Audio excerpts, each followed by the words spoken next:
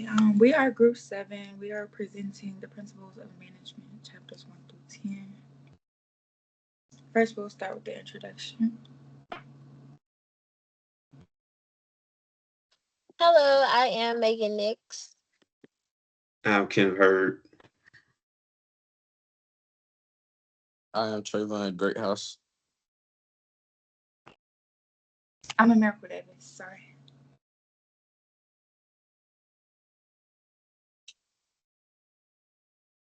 Okay. In this prison, oh. Oh, you can go. In this presentation, we'll discuss and explain the topics covered in chapters 1 through 10 of the Principles of Management textbooks. We'll also provide a little insight of how we use these principles to work together in our group to create this project. Okay. In chapter 1, we talked about what it takes to be a good management. In our team assignment, we use 4 functions of management, planning, and organizing, leading and controlling throughout the process. The planning we started by setting clear goals, breaking the assignments into tasks, and creating a timeline to stay on track. The second thing we used was organizing. Each member took on a specific roles based on their strengths, research, writing, editing, and presenting. We use shared tools like Google Docs and group chats for coordination. Leading, we did leadership, shifted depending on the task. We kept each other motivated, resolved issues quickly, and made sure everyone stayed involved. Controlling, we had regular check-ins to track progress, adjusted when needed, and reviewed. The final work before submitting. Real world link. This process reflects how managers handle projects in the workplace by planning ahead, organize resources, leading teams, and monitoring progress for success. In chapter 5, we did planning and decision making. For our team assignment, planning plan played a major role in keeping us organized and focused. The benefits of planning included clear direction, better time management, and to know exactly what tasks we needed to complete. However, including spending too much time planning and needing to adjust when things didn't go as expected. To create an effective plan, we followed these basic steps.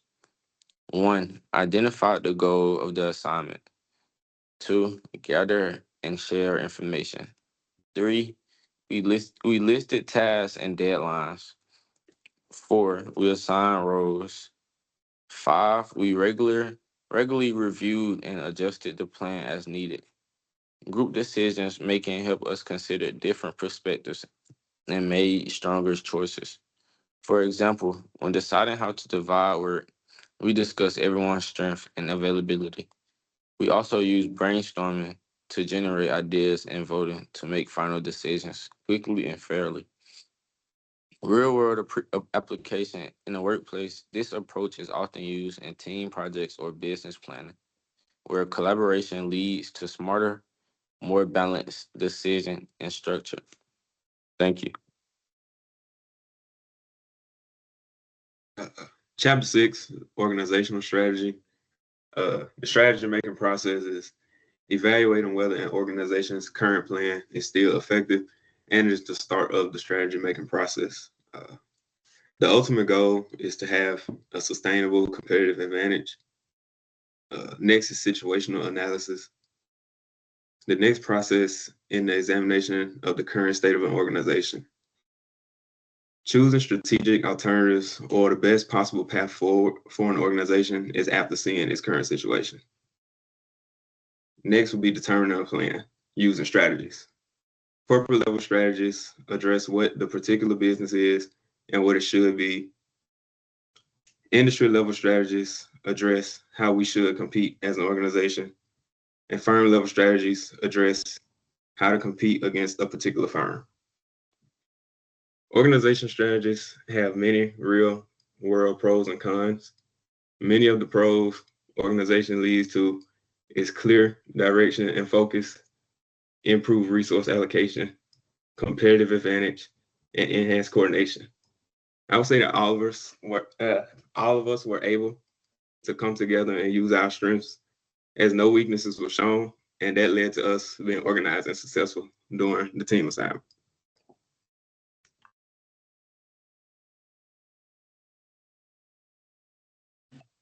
Okay, so change and innovation. We talked about why change and innovation matter within an organization, and they matter because it keeps the organization competitive and growing.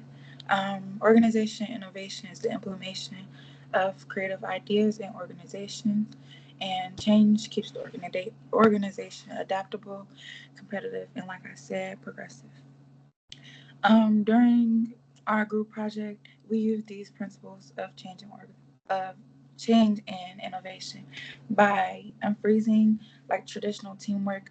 We're all used to working in teams in a classroom or groups like that were already used to seeing each other day by day. With this project, we had to work a little bit outside of the box and find each other and then start our networking process. So it was a little harder, but that unfreezing technique definitely came through. And then our keeping track of our progress and assignments, our check-ins that we kept doing, making sure that everyone's doing their work and and getting done what they needed to get done in a timely manner. And utilizing this skill, innovation and change is shown in many different businesses. But for example, I put a fast food restaurant, how they incorporated kiosk machines where customers can just walk in and just order their own food. That was a big change that customers still aren't used to, that they have to do their order and, their stuff themselves. But that is how we incorporated the innovation and change principle within our project. Thank you.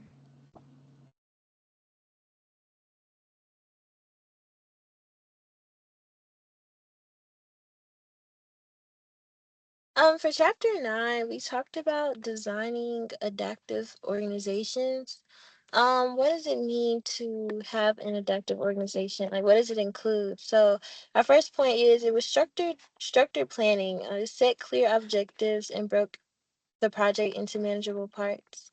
And then we talked about role assignment, where the team members chose tasks based on individual strengths, for example, research, editing, and presenting. Next, we go to tools for organization. We use Google Docs, Canva, and Instagram group chats to collaborate and stay organized. And then the last point is flexible leadership. Leadership shifted based on the task needed, which promotes shared responsibility and morale.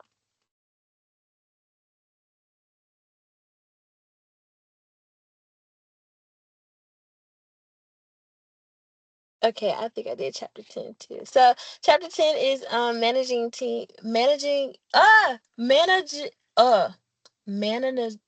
whatever.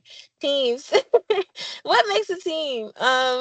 Common purpose slash goal, teamwork tools, the performance goals, which means to set deadlines, assign tasks, and communicate consistently. I apologize. And then another one is creative collaboration, team growth, and of course challenges.